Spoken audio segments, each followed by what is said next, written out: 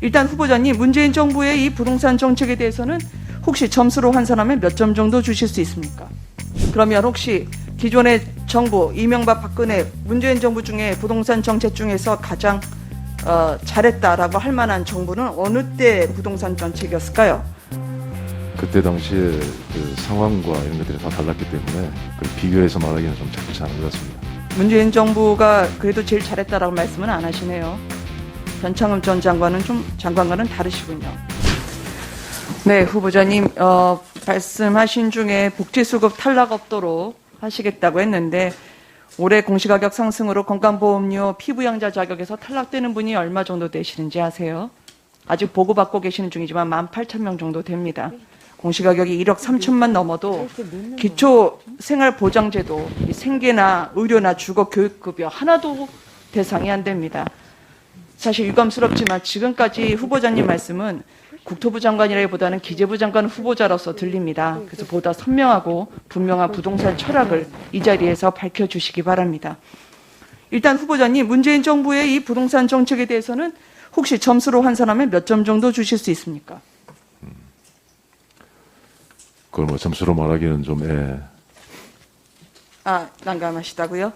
그러면 혹시 기존의 정부, 이명박, 박근혜, 문재인 정부 중에 부동산 정책 중에서 가장 잘했다라고 할 만한 정부는 어느 때 부동산 정책이었을까요?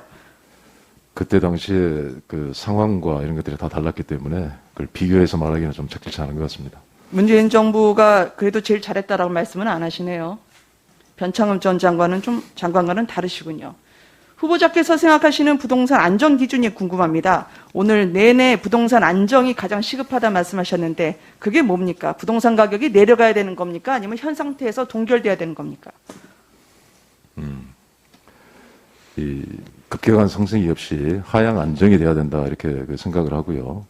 거기에 실제 주택을 필요로 하는 실수요자가 이렇게 말씀하시죠. 예. 이렇게 여쭤볼게요. 취임 이전 수준으로 대통령은 부동산 가격을 돌려놓겠다고 말씀하신 바가 있었습니다. 그 취지에 공감하시고 이번에 재임 중에 가능하시겠습니까? 혹시 장관이 되신다면 말이죠.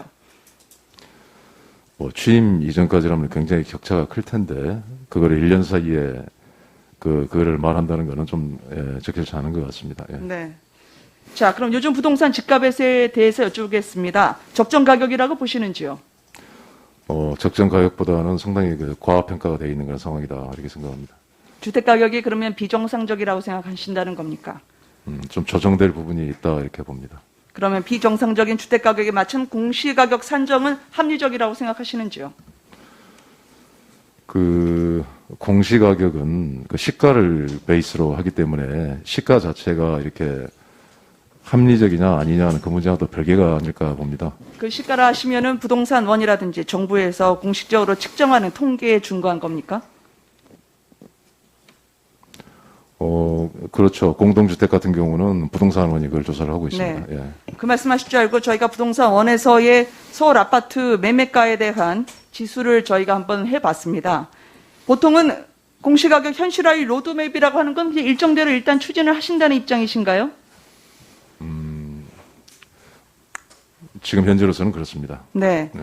저희 의원실에서 조사를 해보니까요. 보여주시겠습니까? 아파트 매매가에 대해서 이 정부가 가장 아끼고 사랑하는 부동산 원의 통계입니다. 아파트 매매 가격 지수를 보니까요. 이제 0 아래로 위에 보이면 매매 가격이 오른다 하더라도 기울기를 보시면 되겠습니다. 이게 완만하게 오르거나 아니면은 거의 오르지 않는 경우에도 지금 공시가격, 현실화 로드맵을 발표한 이후에 공시가격의 문재인 정부의 상승률은 가파르게 올라갑니다.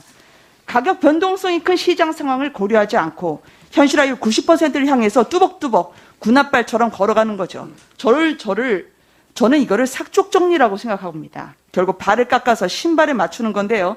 공시가격 현실화율은 이렇게 국민들이 감당할 수 있는 부담을 넘어서 가고 있습니다.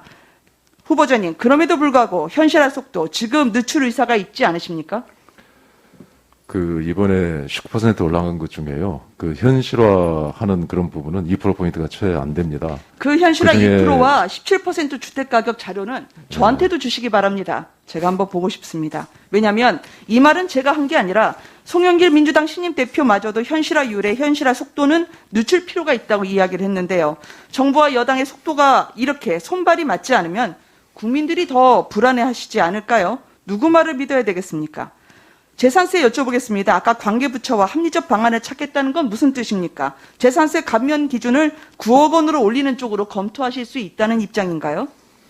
지금 뭐 다양한 안들이 제안이 되고 논의가 있고 하기 때문에 결정이 되지 않은 사항을 제가 후보자로서 여기서 말씀드리기는 좀 곤란합니다. 합리적 방안을 찾겠다는 건 그러면 방안을 찾기 전에 논의부터 시작한다는 말씀이시고 아직 결론 난 게 없습니까?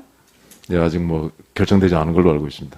근데 세제가 국민의 부담이 되고 있다면서요. 결론 난 게 없는데 말씀부터 그렇게 하시면 국민들은 혼란스럽지 않으실까요? 실제 그 세가 부과되기 전에 그 답을 찾으려고 지금 하고 있습니다. 고령자, 장기보유자, 공제 혜택도 그러면 확대되는 방안을 함께 넣어서 보시는 겁니까? 뭐 여러 가지 안이 함께 검토되고 있는 걸로 알고 있습니다. 후보자님, 청년 주택 문제 반드시 해결해야 할 과제라고 말씀하신 거 인상 깊게 들었습니다. 그러면 생애 최초 주택 구입자의 LTV를 90%까지 올리는 방안에는 지금 긍정적으로 보시는지요? 그 청년들이 주택을 구입을 하는데 도움을 드리고 싶은 마음은 저도 굉장히 큽니다. 그래서 그렇지만은 지금은 굉장히 부동산 시장이 전환기적인 시점에서 시장 안정이 초미의 관심이기 때문에 좀 그 문제하고 어디서 절충점을 찾아야 될지가 고민의 포인트라고 봅니다. 따라서 90%까지 올리는 방안에서는 현재로서는 검토하고 있지 않으신가요? 미리 답을 정해놓고 하는 건 아니고 모든 게 검토의 대상은 되겠습니다만은 지금 예, 국토부 장관 알겠습니다. 입장에서는 시장의 안정이 굉장히 중요한 그런 포인트이기 때문에 그러니까 그거를 하향 해치지 안정이- 않는 범위 내에서 네. 좀 검토할 필요가 있다 이렇게 생각합니다. 후보자님, 이따 저녁 밤까지 계속 여쭐 건데 선명하지가 않아서 부동산 철학이 뭔지 저는 굉장히 궁금하고요. 이게 국민들은 지금 고통이어서 집값 해결 의지가 있으신지 정권 말에 코드 정책을 그대로 실행하실지 일명 예스맨 장관이 안 되시나 해서 걱정하며 보고 있습니다. 이게 6, 7개월 정도밖에 안 남으시잖아요. 혹 장관이 되신다 하더라도요. 저는 국민적 신뢰라는 게 정책의 무분별한 승계가 아니라 앞으로 내 집 마련 꿈이 절망으로 바꾼 국민들에게 아 이제 바뀌는구나라는 정책 전환이야말로 진정한 국민적 신뢰라고 생각합니다. 네, 수고하셨습니다. 다음은 심상정 의원님 질의하시겠습니다.